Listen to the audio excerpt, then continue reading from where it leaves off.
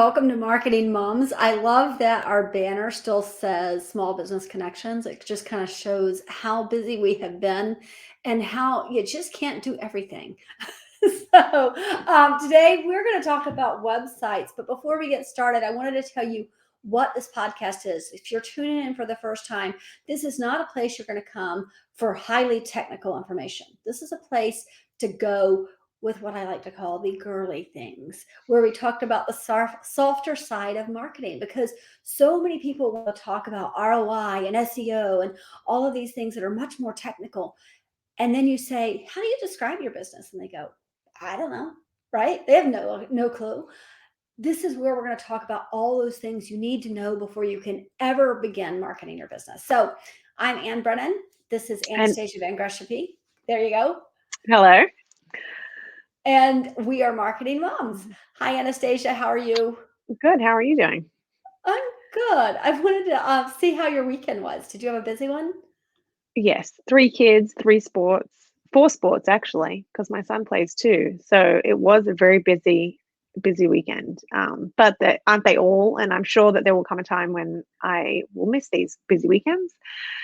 But You know, I'm not there yet. And my kids, I've got pretty grown kids, and then Zane is 15, but I was crazy busy this weekend. We had the kids over. So my older kids, my Ethan was back in town. He's my 25-year-old. He's in Vermont, for those of you who don't know. And he was back in town. So he came over Friday with his girlfriend. And my son, Blaze, who's our oldest son, came over with his girlfriend, and we had dinner. And then Saturday, I worked the entire day, which is not something I aspire to. no. But then we went to the 50th anniversary of Wolf Trap, over in Virginia. It's a gala, but it was like a really laid back gala. So it was nice. No, it wasn't really dressy. It was very laid back. And then there was a concert, the Avett Brothers. So, and then the highlight of the weekend was when I almost barreled through the governor. He was walking out while I was walking in, and I wasn't paying attention. So his Secret Service was like, let me redirect you. Of course you did. Of course. Yeah, of course. I'm not paying attention. I wasn't on my phone though. So there is that. Yeah. Actually, it was funny. I drove my son to the bus stop this morning. Both my kids were like late this morning. I had this goal of getting in here by 8:00. And like that's gonna happen. And well, hey, I was up at 6:30, and my daughter was like, "You need to drive me to school." And then my son, I got home from driving her to school, and he was running late, so I drove him to the bus stop. And then my little one, so it's kind of crazy. But this lady was walking, like looking down, and she was about to cross the street, and I was like, "This isn't good. Don't do that." There's buses, there's cars. I mean, it's a busy time in the morning. But oh well, she did not. I did not hit her. I knew that she was not paying attention. And I waited. So if somebody did, it wasn't your fault. Yeah, it wasn't my fault. All right. So before we start, we are going to talk about websites today. But I think as a social media marketing company, we would be remiss if we didn't talk about the Facebook files from the Wall Street Journal. And I think we have 2 different views on this. So I want to hear you talk about your views first. So as a Facebook consumer, like that is, I would say that's my main platform. My whole family's on it. I'm, from Australia, so and I have family in Greece and Belgium and Korea. So it's like this is where we go to interact. But from a side of a parent of younger kids and just what social media seems to be doing to the mental health of our kids and my kids I've kept them off for the most part. I think my oldest is only on Instagram, and I still kind of check in and make sure that everything's okay with that. I very much, it was interesting to me, this podcast about the Facebook files. It's I think it's called The Journal. I think the podcast is called. It's great. Yes. I thought it was it's 4 episodes. It's currently only 4 episodes. I believe there are more to come. They're easily consumable. They're only 30 minutes a piece. Each one very much went into different aspects of social media. The second one was kind of about Instagram and that life that I'm in. I believe the girl that they were talking to was not much older than my daughter. And so talking about how it negatively impacted her life in terms of eating disorder and so forth. So that, scared me as a mother. But then the fourth episode really got to me because it was talking about how people that have large followings don't necessarily have to follow the rules, because Facebook is more concerned about people spending less time on the platform versus, keeping things cleaner and more, making sure that the information that's getting out there is accurate, or as accurate as it can be, I guess, without compromising, compromising the time people spend so that they can get more accurate information, which, made me mad. Because I understand Yeah. it, like we use this as our business, like we use the platforms, especially Facebook, because we know that it's especially effective in marketing. And so I can see it's hard being in the position that we're in because I can see Yes. both sides, Right. but as a parent, I get irritated when I am seeing misinformation and people consuming their news from this, like it's not correct. So Right. I Exactly. do get mad, and I thought that they did a good job of explaining it. But I'm interested to see what you said, because we haven't really talked about it. I mean, No, you've but heard my I side. just had a really great idea for Facebook. They should start a news channel, basically. They should start basically putting out news so that so like Twitter, you can go to and there's like, here's what's trending, and it's usually news articles from the newspaper, right? That have been Mhm. put in. So that's usually trending. So they should start something that is basically a here are the stories of the day thing. So that when you Mhm. come in, it's one of the first things you see. Maybe people would not be interested, but so here's my opinion. I wanted to know what Zuckerberg did to piss off the Wall Street Journal. That's how I felt about this, because I felt like it's slanted. It's like, it's, to me, it was like fat shaming somebody who is on a diet, because every single thing they're reporting on are things that came from Facebook. So these are reports, these are internal reports from Facebook where they're saying, hey, we have this problem. What are we going to do about it? Right? The problems have been brought up and the problems have been worked on, and they're still being worked on. So to me, it's like, it really just seems like they're overstepping. Now, I think they could report it in a way to say, hey, Facebook is having these problems and these are the things they're doing to do it. But every single one of them is like, Wall Street Journal's really just pissed off at Facebook. And I just found it, and maybe I'm just jaded because I think all news is crap these days, right? Mhm. Did you notice that I said crap and not the other word? Because I decided I didn't want to get an explicit rating here. So, but yeah, that was my take on it. And I thought it was funny because I went into it with an attitude of, Facebook really makes me angry a lot of the time, not for what's on it, but for how hard it is to work with as an agency. And Uh, maybe that's why I was like so willing to like be like, okay, you're right, because I had one issue that turned out to be a little setting, that I went back and forth with them for over 3 months in chat, right, and nobody would have a conversation with me. I asked to have a phone call. I had to email for the last 2 or 3 weeks of that 3 month period. I was corresponding daily with them. And then it wasn't until the very last day when somebody was like, well, if you go to, like, I sent them screenshots, I sent them video casts, I sent them everything that they requested. I sent them. And then they would close it off and said that it was done. And I'm like, but it's not done. Like, the issue right. is still It's still there. continuing. And Yeah, there were a couple things that they needed to fix on their side. And then there was a setting that was on a completely different page over there, and nobody mentioned it. And had they said, hey, did you check this out? Because I went through all of their, I'm not going to call somebody. I'm going to try and troubleshoot it first. I tried to troubleshoot it, couldn't. Then I contacted them and contacted them and contacted them. So I am pretty irritated with them. for not helping me. Yes. But I mean, I don't know. Well, It I is want to talk interesting. about that actually because it's something we don't advertise about ourselves and we don't put out there on a regular basis, but something that's really interesting about what you just said. You were talking to Facebook via chat Hmm. Yes. over a year that we've been, actually probably over 2 years that we've been able to talk to Facebook, Oh, yeah, definitely. but most people can't. I cannot personally. You Right. can.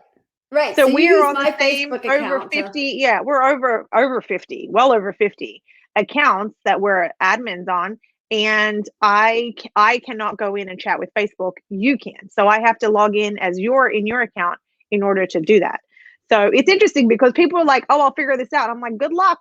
Because if we yeah, good can't, luck. if I can't chat and you luckily you can, I can't imagine if we were trying to run this business without having that ability, you know Absolutely. Absolutely. So yeah, so that's just one more benefit of hiring an agency. And one of the things you should ask an agency, people will say to us all the time, I'm gonna have my teenager do it. Well, can your teenager talk to Facebook? So just it's just a thought. So yeah, all right, we have got to get into the podcast though, because we have true. stayed off of it. And at 10:30, I have somebody coming to fix my fireplace. So Oh, chimney tech actually. all right, I want to talk before we start about marketing and mhm, how much people hate being sold, right? mhm, Whether it's in social media or whether it's in the newsletters, they want information. They don't want to be sold. And usually for us, what that means is giving them enough information to then link them back to their website, right? mhm. We want to Yeah. take them back to their website. I just did it this morning. I posted a little bit about copy. And interesting about this that we were talking about copy today, and that's what my blog is about as well. But I posted a little bit about copy and then I sent them to my website to read more. And that's so important that you understand that because if you're selling, nobody's ever going to go visit your website because they just don't want to be sold to anymore. Well, So, it's just I was just thinking when you said that, I'm like, it's like when you are getting a cold call or a commercial in the middle of your TV show. Like, right, why do streaming services like Hulu exist? Because you can pay a little bit extra to not have the commercial. exactly.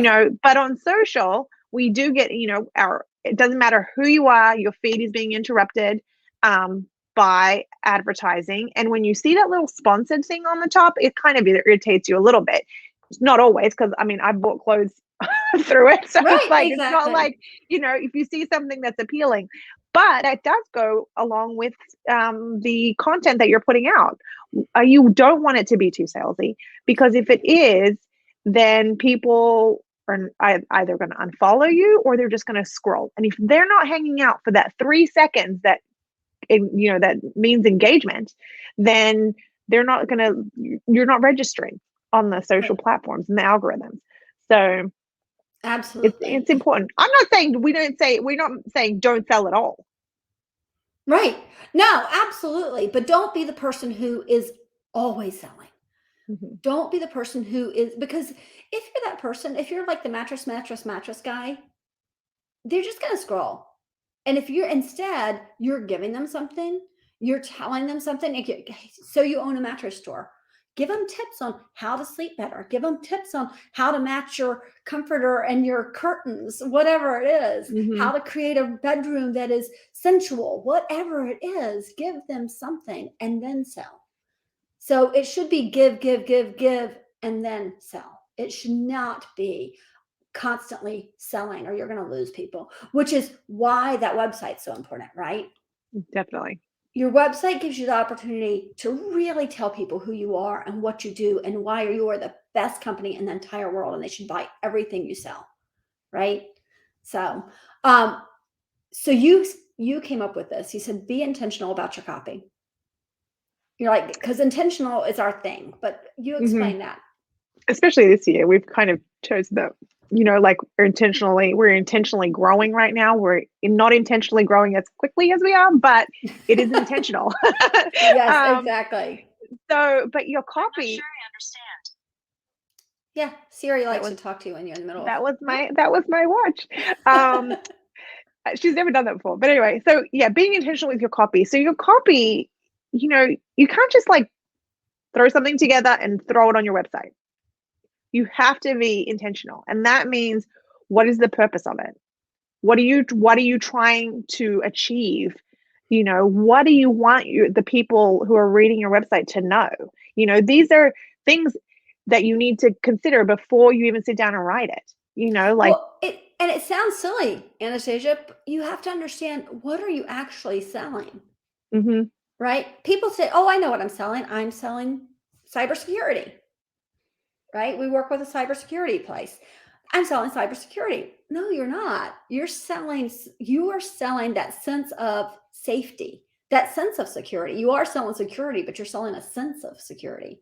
If you're mhm, selling home renovations, you're not selling home renovations. You're selling that feeling they get, right? yeah, You have to understand that feeling you get when you walk in your kitchen in the morning and you go, "Oh, I love my kitchen."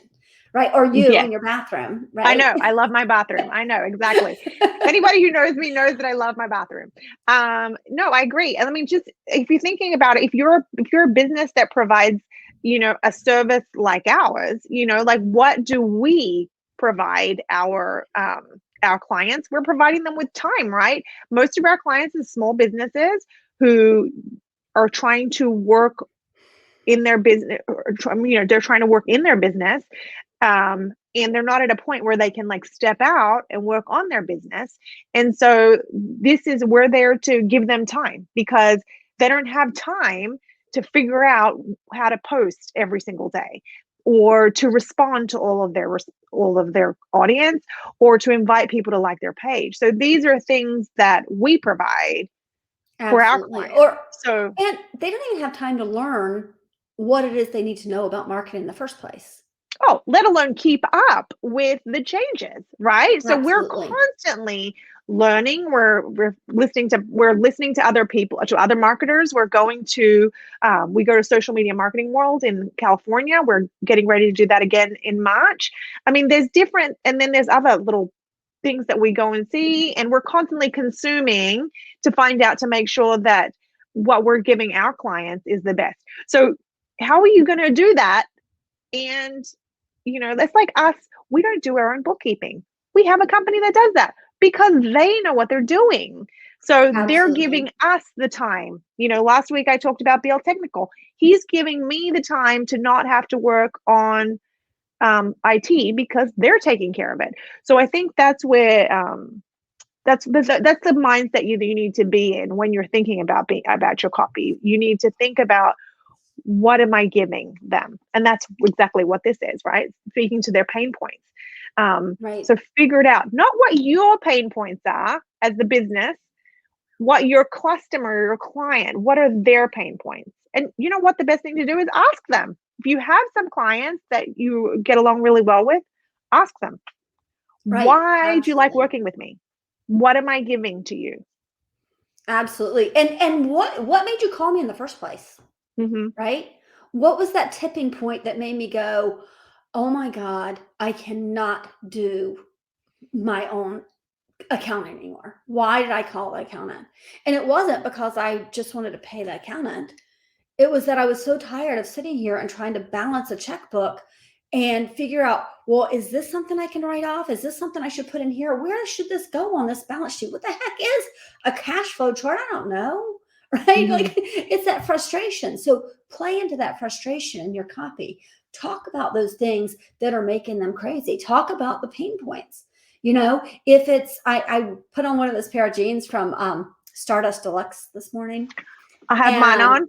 and they're so comfy. And Hmm. so in her marketing, you can talk about, how much do you hate the jeans that cut you at the waist? How much do you hate the jeans that ride up? How much do you hate the jeans that aren't the right length and you're having to fold multiple times? What if you could just cut them because they had a fresh cut?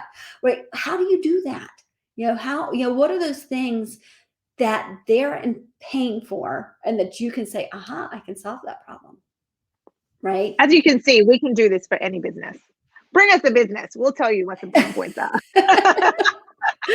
Exactly. Exactly. So I was thinking about it before we got on, and I thought, the thing that most people do, or maybe the thing they don't do, they write their copy, they put it on the website, they put it up, and then they first of all never look at it again, but they don't ask anybody's opinion. I think a lot of times because they're afraid to ask their opinion. But we've seen it, what happens when you don't. Oh, yeah. I mean, you look at a website and it's like, I don't understand exactly what do they do, Yes. Yeah. or it doesn't make sense because there's either a bunch of typos in it or there are links that aren't linking correctly. I mean, there's so many. Don't get me started on how many Yeah. things can be wrong with a website. Absolutely. But that one where people don't know what you do, that is Mhm. almost every new client we bring on. Almost every new client we have to say, but what do you really do? Or Mhm. or we'll go through and we're like, oh, this is such a cool service. And they're like, oh, wait, we don't offer that anymore. Like, but it's still on Mhm. your website. Or you'll say, you said Well, you they do offer such and something new. such. Right. And it's not there. Yeah.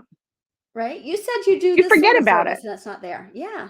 I think a lot of the times, and we're going to go further into websites in a few episodes, but a lot of times I think people put up a website and they're like, okay, we're good. A couple of years ago, well, no, I think it was only last year that Google said we're not ranking anything that's not mobile friendly. So people go and they build a website that's mobile friendly, and then they just walk away.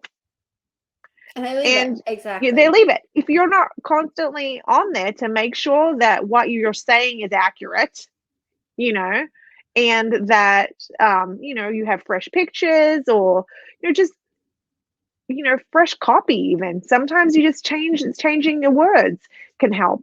It's just yeah, you need to be on there. You can't just, it's not something that you just leave. If you're, like we say, if you're not posting 7 days a week social media, then you're wasting your time. Right. That is the same for a website.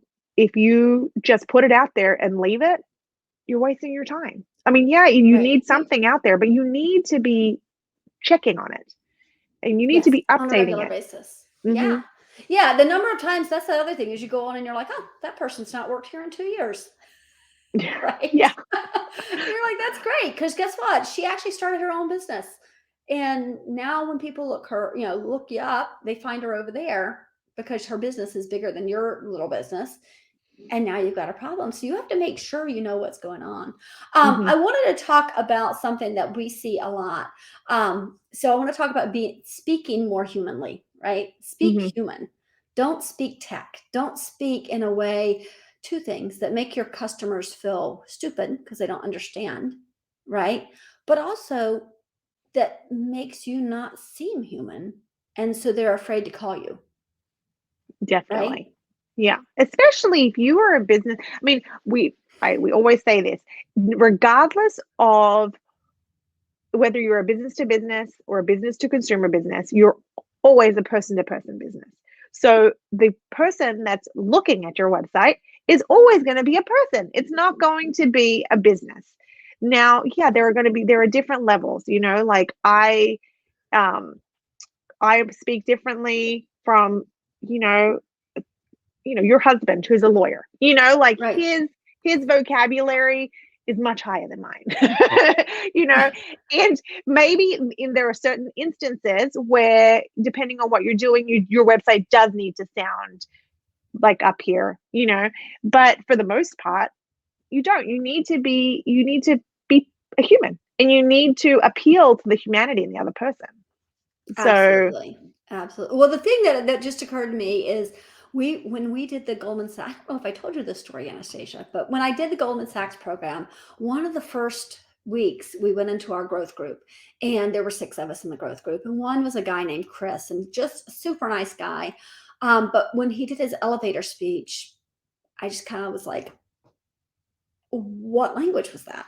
He's a software engineer. I'm like, I have no idea what you said. And I said to him, I don't mean to be rude, but if that's the elevator speech you're giving, that's horrible because I totally didn't understand what you meant. Can you say that in human speak? And he said it like he described it. And here's the thing, there were only 6 of us in that room. 6. mhm. And one of the women went, oh my God, that's exactly what I need. Yeah. but she's been looking it up and she didn't know what to look up, right? Mm-hmm. So she's looking up something and she's trying, but all the software engineers out there are putting something else in. So she's like, I can't find what I need. He started speaking human, started adding it to his website. Now people know to call him. So you don't have to completely dumb it down, but you Yeah. could explain it. So I was But thinking that's about, like SEO, right? So you talk about how we don't, this podcast isn't going to talk about these, these things like SEO and ROI. You put those out there, not everybody understands what SEO means. Not everybody understands what search engine optimization means. right, Forget about, the shortening it, the having acronym. that long Yeah. term, the acronym, that, thank you. I could not think of the word. Forget about the acronyms. What does the term mean? And so I think by saying, oh, we'll help you so that when somebody searches for you, Google or Bing or whatever search engine will rank you a little bit higher. Oh, I get it. So I'm going to be on that first page. You know, Right. And that's because you speak human to them, yes, right? right. So it's definitely, you have to, you don't want to, people want to sound smart sometimes, and that's great. We all do it. We try to use big words when we can, but when you're speaking in your marketing and on your website, sometimes you need to make sure that by having somebody else read it, especially who doesn't do what you do, you'll see, do they understand what you do? And if they Absolutely. understand, that means that you're speaking human. Absolutely. And one way you can do that, just so you know, one way you can do that with your copy is to be clever about it or more human in general and say, so what is cybersecurity anyway? Right? Hmm. Ask the question and then give a really simple answer. And if you want to show both, you can say, here's my technical answer, but let me break it down for you in human speak, right? Because we had somebody, it was a plumber, and I wish I could remember exactly what it was. And we said to him, well, what do people look up when they want that? And he gave us this long technical word, and they look up. Da, da, da, da. I was like, really? Because I've never heard of that.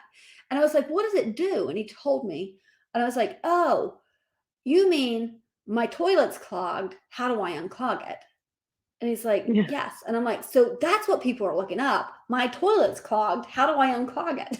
Yeah, Right?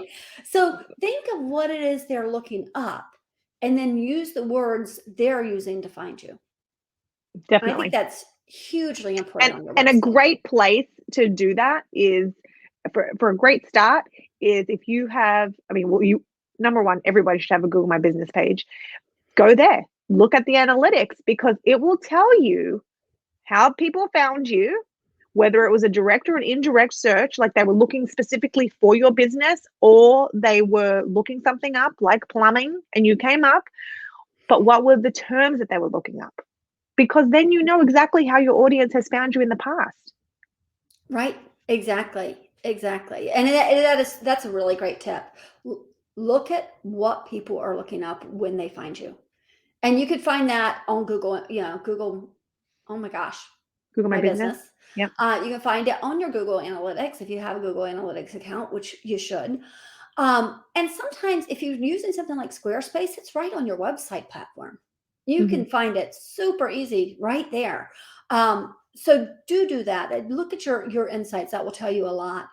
We're done. I can't believe this just goes by so fast. I feel like we did a better job this week too. So pat on the back Well, to my us. technology was working, so I actually could follow an outline, so that helped. Yeah. So next week, we're going to talk about what is marketing.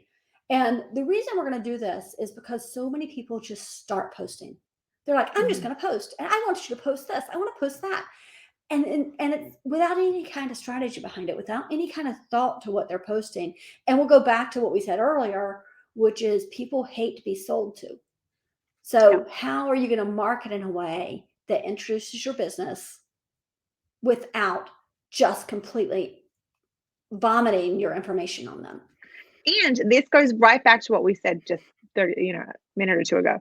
Intentional. Be intentional. Don't just sit down and like put a bunch of stuff out, and you've got 5 services and all you're doing is posting about one of them. Right. What about everything else? Think about what's making more money for you. maybe you need to post about that more, or I really don't like doing this, but I'm posting about it all the time. I would prefer to do that. So maybe post more about that. So there's Right. definitely more things, but Absolutely. And intentional yeah, is the thing. intentional is absolutely the thing. So we'll talk more about that next week. I also wanted to tell you today over on our blog, and it's just coincidence, really funny that it happened that way because these things have been scheduled for a long time. But coincidentally, on our blog at asmmdigital.com/blog, we wrote about website copy and what you need to think about and how you need to plan for what you're writing on your website and why it matters. So, if you don't want to listen to this podcast all the way through again, go over there and read that. You'll get a lot of information from that. And while you're there, just peruse because we have a lot of stuff there. A lot, So, a lot, a a lot. lot. You can go down all kinds of rabbit holes on our blog. Yes, I love that. It's been 2 years since we decided actually to hire a copywriter ourselves instead of me Mhm. trying to write it. And I will call him and say, "Hey, Dylan, can you write 4 articles about these subjects?" And I give him a little bit, and then he writes it, and it's lovely. It's so great to have it and Mhm. just have it up there every single week. So, all right. If you guys have questions, we are always around. You can go to asmmdigital.com to check out our contact form and we will get a message from you, or you can leave us messages right here on Facebook because unlike most small businesses, we actually check our Facebook and our Instagram and our LinkedIn every single day and our Twitter every single day. So you can leave a Mhm. message and it's really, really easy. So hey, Anastasia, this is fun. I'm glad you're getting more comfortable and not as worried every time we go on. I know. Now I know that I have no choice. This is something that's gonna happen every Monday morning at 10. So, Right. um, but I love it. We have these conversations all the time, you and I, and with all of our clients and potential clients. And I mean, marketing is what we love to do. So, as much as the camera and the recording, everything kind of get me a little bit, who likes to see and hear themselves? Um, I think it's a topic that I'm passionate about. So, Yes, absolutely. Actually, let me say something else. So next week we have what is marketing, but we're also going to tell you a little bit about our photo shoot that we're doing Thursday. So we'll tell you oh, all about how that went because nice. it's very exciting. It So is exciting and nerve-wracking and all the I things. actually have my outfits. So Oh, you do? I I don't. do. I do. So we'll Okay. talk when we get off the air. Everybody else, we will see you next week. Please actually leave us a review about marketing moms because we are changing this up a little bit. If you can leave a review about marketing moms and what you think about it, wherever you're listening to podcasts, that would be super helpful. We would really appreciate it. Thanks so much, guys. Bye bye. Have a great week. Anastasia, you stick around just a minute. Okay.